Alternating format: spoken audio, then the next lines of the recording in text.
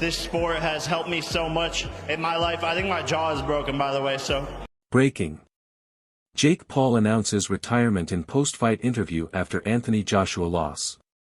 Jake's voice cracked as he admitted he's getting hit in the face every single day. A stunning confession of defeat. Anthony Joshua's pressure was relentless, forcing Paul into a public surrender that feels less like retirement and more like humiliation.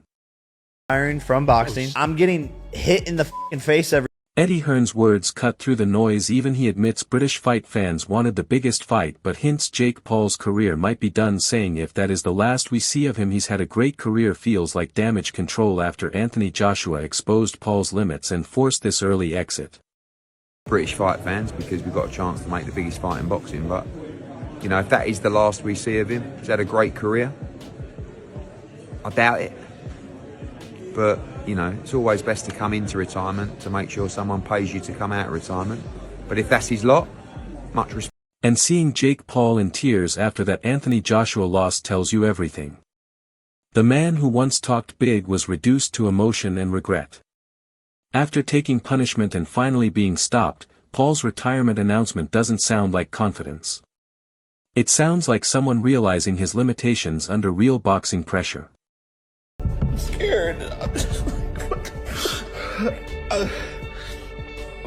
Vidal Riley's comment lands like a reality check because it perfectly sums up what we saw when Jake Paul stepped in against Anthony Joshua. Paul didn't actually box him the way a true pro should.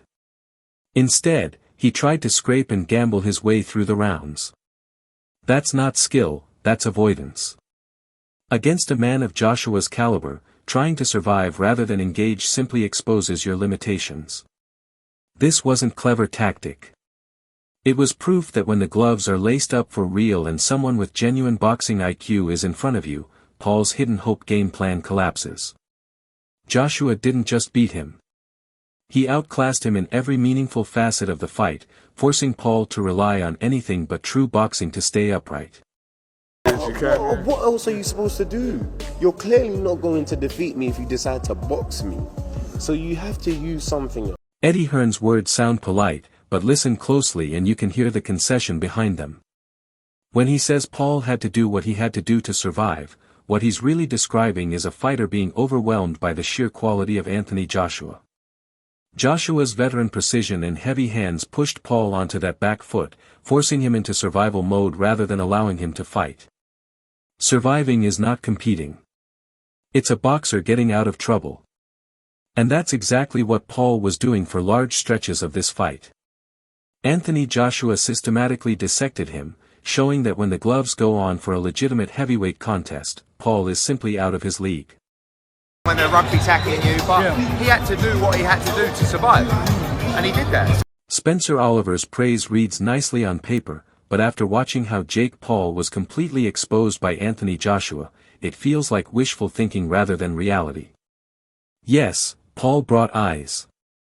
There's no disputing that, but bringing attention and delivering in a real heavyweight boxing match are two very different things. Against someone like Joshua, Paul's offense looked sporadic, his defense looked fractured, and his stamina evaporated under real pressure. Calling him a serious talent now feels like trying to soften the blow of a truly dominant performance by Joshua. In truth, what Paul delivered in that ring was a reminder of just how vast the gulf can be between social media hype and actual sporting substance. Not just that he's a big personality and he sells fights so well and he's a big character and the press conferences, the build-up to fights and what he delivers in the ring. The guy is a serious talent and he'll be missed when he's retired. That is. Carl Fra's breakdown here cuts to the heart of what we actually saw in that ring. Paul wasn't cleverly evading Joshua's power. He was pinned sitting with his guard up and taking punches like someone overwhelmed rather than someone in control. Frock is basically pointing out that Paul didn't adapt, didn't throw enough back, and looked genuinely hurt. A rare moment where a commentator's eye matches what the fans saw live against a true heavyweight like Anthony Joshua. That's not tactical sparring. That's damage limitation. And it showed. Paul's guard wasn't a strategic shell. It was the only thing between him and the canvas until the knockout finish. Grabbed on, took a knee, or at least threw a bit more back. He was sitting back with his guard up, taking punches. It looked messy. It looked like he was under attack, and it was. Frock here is doubting the sincerity of Paul's retirement announcement. And honestly, it's a fair point given the drama around this fight after being knocked out by Anthony Joshua in the 6th round. It makes sense that Paul's announcement could be about headlines and leverage rather than a true end to his career. For skepticism isn't just noise. It reflects how Paul's storytelling has often served his brand more than his boxing record. Now that the punishment has been documented in public, calling it retirement feels premature. It's absolutely possible Paul is angling for a payday, a never-say-die narrative, or another big money bout rather than genuinely walking away from the sport. This retirement, I'm not sure if it's genuine. Maybe it is, but I don't know what he's going to do now he's retired. But the fact of the matter is, he's announced his retirement. He's either trying to leverage for more money, putting himself in position, so he's got people begging for him to come out, or he's actually genuinely going to retire. Not sure what he's going to. Johnny Nelson's voice here offers a dose of realism to this whole retirement saga. He's basically saying, we've seen this pattern before. A big name announces retirement only to dip back in when the spotlight or the money calls.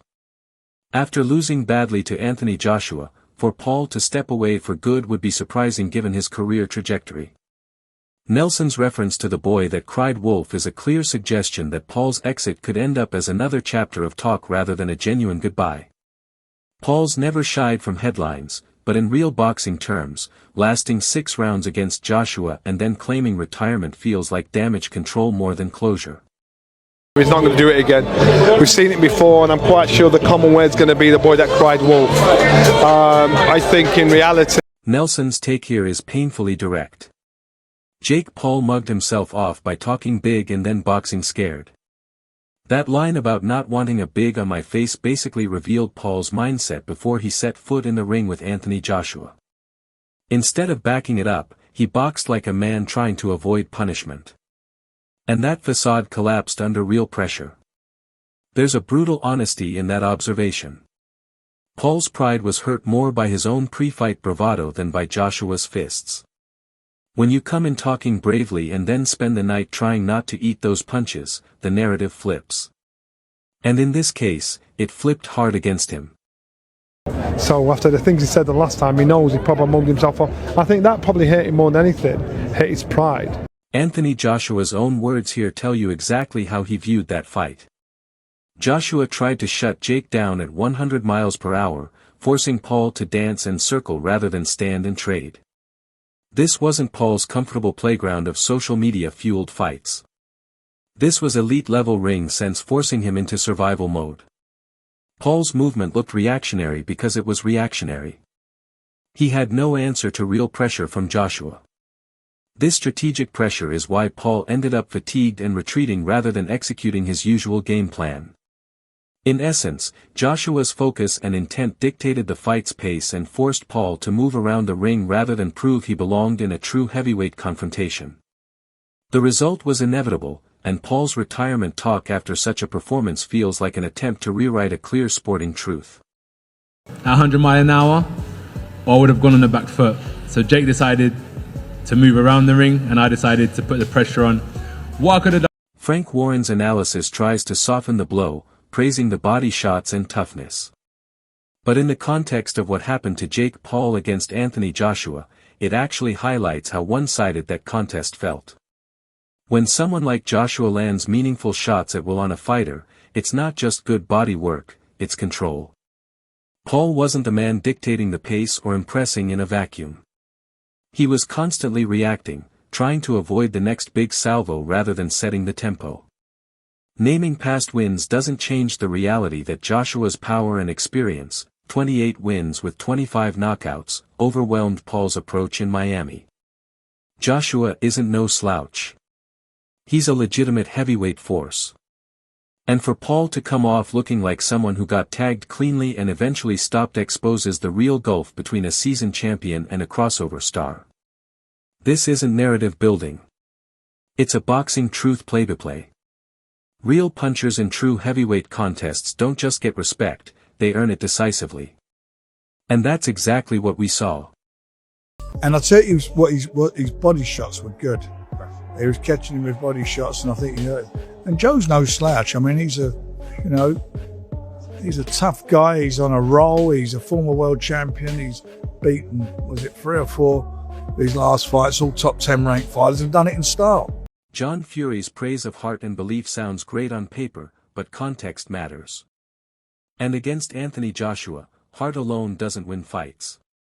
Yes, Paul showed grit and resilience, but toughness without elite boxing fundamentals and championship experience is like bringing a knife to a gunfight.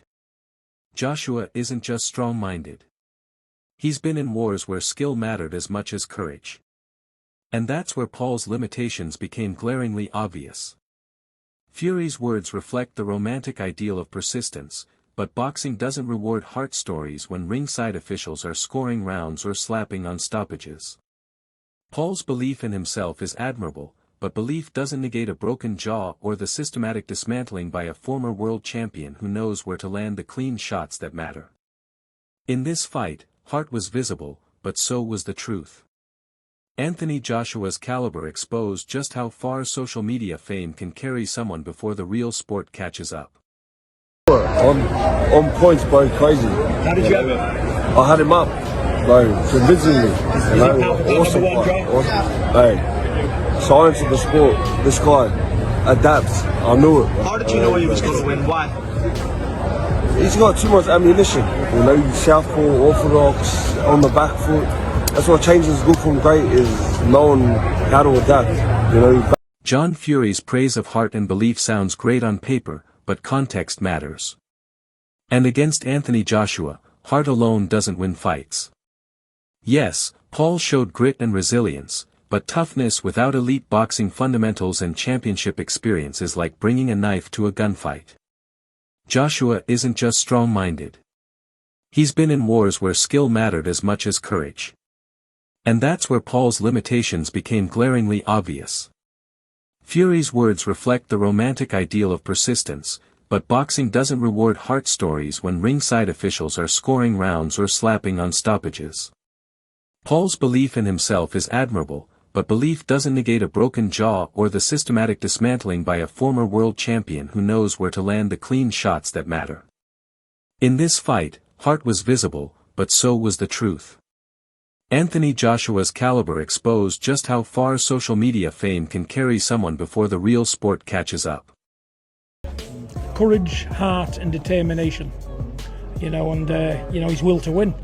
He's got world-class ball. Now that we've seen the dust settle and the raw truth of what went down in Miami, there's no sugar coating it. Anthony Joshua delivered a brutal reality check to Jake Paul, stopping him in the 6th round and sending the YouTuber crashing to the canvas multiple times before the knockout finish. Joshua's performance reminded the world why elite boxing isn't about hyper followers. It's about skill, power, and fight-to-win mentality. And he showed all of that with authority tonight. Despite Paul's bravado and talk of retirement, the reaction from fans and fighters alike makes clear this wasn't just a loss. It was a statement that separates true boxing champions from social media stars. And while Paul now talks about healing in future fights, one question remains for viewers.